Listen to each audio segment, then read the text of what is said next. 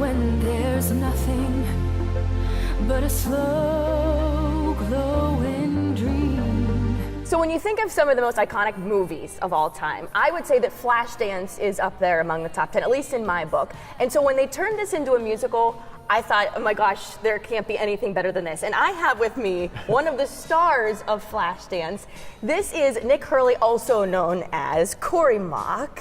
Corey, what is it like being on that stage and performing in such an amazing musical? It's pretty awesome. I mean, the audience comes to the theater expecting, somewhat of a relation to the movie, of course, because when you turn a movie into a musical, you have that expectation that you need to kind of fulfill. Mm-hmm. But also you have to kind of make it your own and kind of, have some originality in it as well. And it is a musical, it's very different than a movie.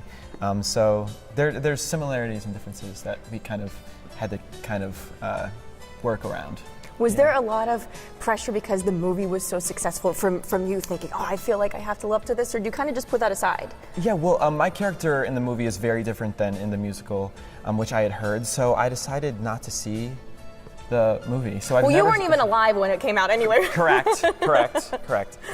But I decided to just not see it, just to make it your own. You make it my own, yeah. Really cool. So there wouldn't be any influence from anything else. I just kind of do the character how I see it. So you are very excited to come to Cleveland to perform this. Tell everybody why you're so excited to come to Cleveland. Why? Because I grew up there. I grew up seeing shows there. Playhouse Square was, one of the places that I saw shows for the first time and decided that I wanted to do this for the rest of my life. So, I remember going to Playhouse Square and seeing Cats at like 5 years old.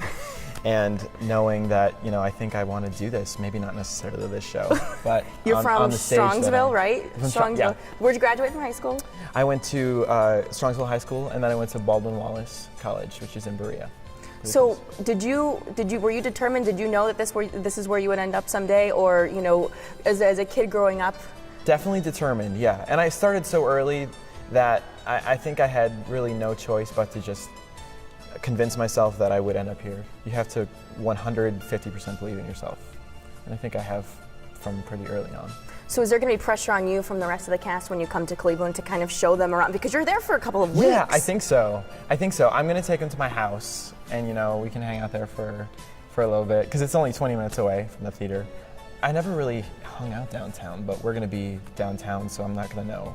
I don't think I'll know where to tell them downtown, but I know the secret spots. We'll help you out. You give us a call, we'll help you out. Yeah, exactly. To sum up what this show is all about, what do you think people are going to really find most exciting about this? The most exciting thing, I think, well, not the most exciting thing, but very exciting about it, I think, is the nostalgia. If you have seen the movie, to kind of see the little things that pop in and out. You don't have to see the movie to enjoy the musical, mm-hmm. But there are some really great songs from the movie, like Gloria and Manhunt and I Love Rock and Roll, and of course Flashdance, What a Feeling. But there were also 16 original songs written for the musical that aren't in the movie, that are kind of the contemporary musical theater, 80s pop realm, that are really fun to sing and really fun to listen to, and it's kind of the best of both worlds. Corey, thank you so much for meeting with me. I know everybody in Cleveland is going to be so excited to see you, their hometown boy, and to see the rest of the cast. Great performance.